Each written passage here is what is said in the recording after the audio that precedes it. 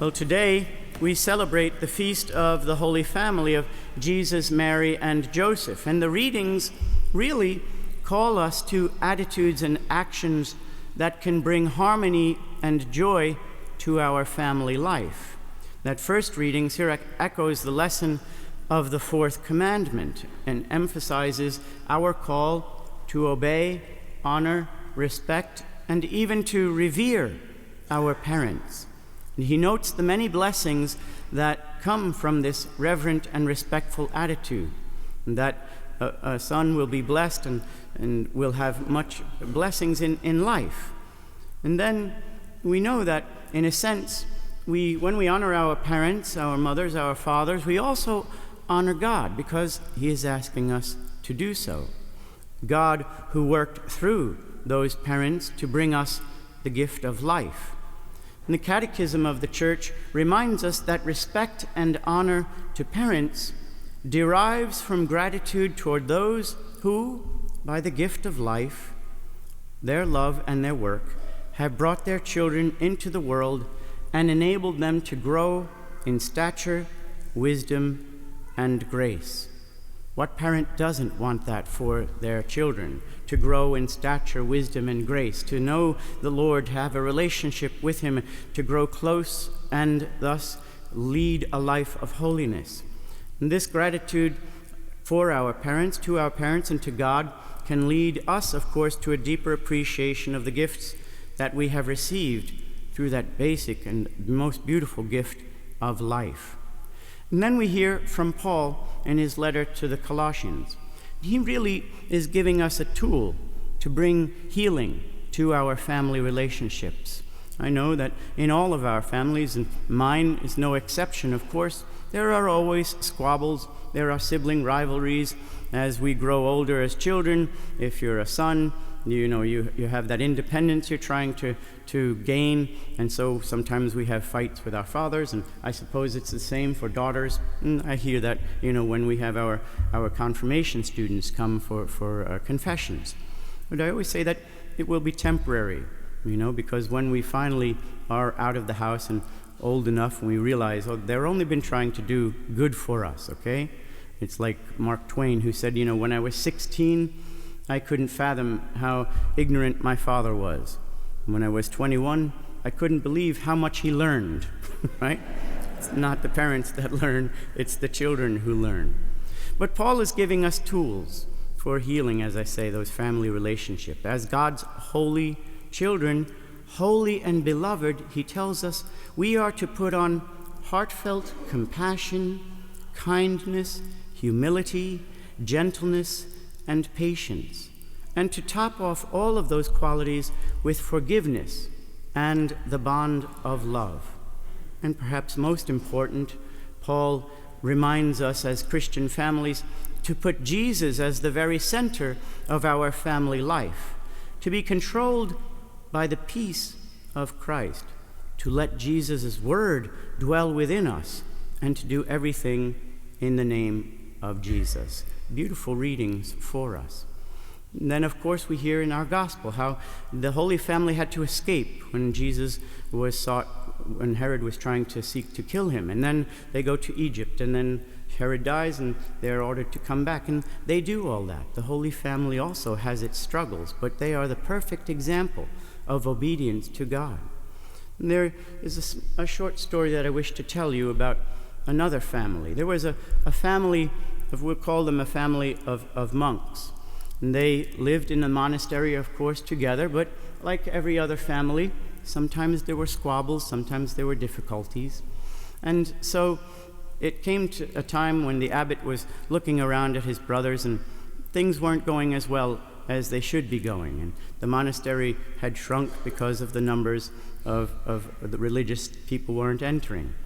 But there was always a good and wise old priest who would visit them every once in a while and stay in the forest in a small hermitage by himself that they had built. And they always knew when he was around. So the abbot went, and he went to the hermitage, and he saw the old wise priest. And he entered, and after they had sat in some silence and prayer, they got up, and the old priest offered tea to his guest. And as he was pouring the tea, he said to the abbot, "You are here because you seek an answer and you seek a lesson." And the abbot was taken aback. How could this guy know even what was on my mind before I spoke it? But they had their tea, and then the priest came up to the abbot and looked directly into his eyes, and he says, "This is what I have to tell you."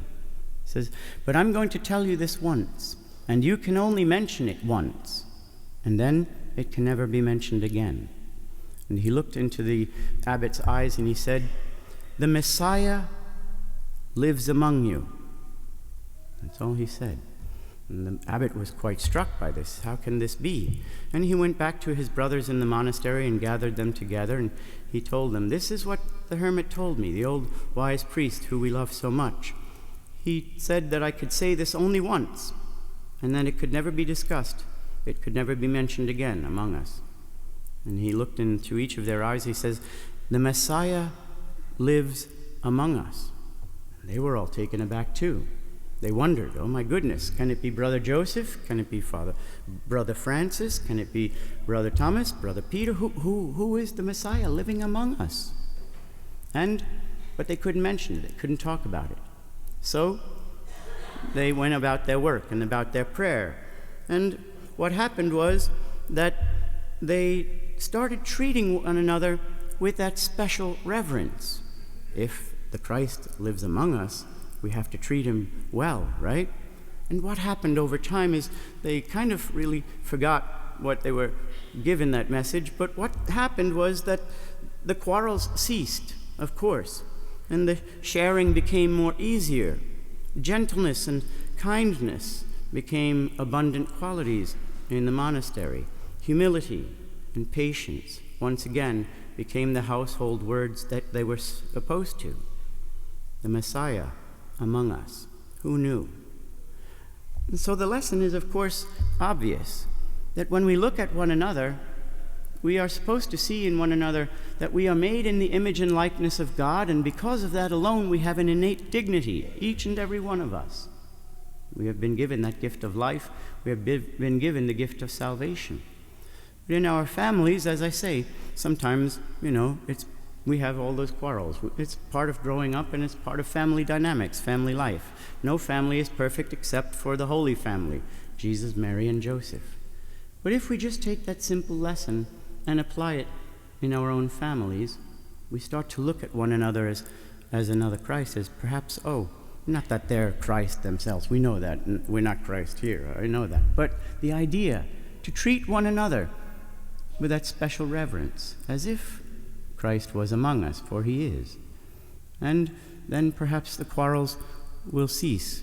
Perhaps humility and gentleness will be more of household words. Perhaps gentleness and kindness, and of course forgiveness, will be put upon our families. As Paul says, those lessons, those tools, as God's children, holy and beloved, we are called to put on heartfelt compassion, kindness, humility, gentleness, and patience, and to top it all off with forgiveness and the bond of love, and to make Christ the center of our family life. If we do that, if we begin to have that proper reverence and respect, we'll grow in holiness, not only in our families, but then in our extended families, and hopefully that will be contagious into the rest of the world. Put on Christ. Make him the center of our lives, not only our personal lives, but our family lives. Let us see what can happen in the new year. And so pray during this Mass that our families will conquer those difficulties through love for each other and in faith and love of God. Remember, the Messiah is among us. Treat one another as if they were him.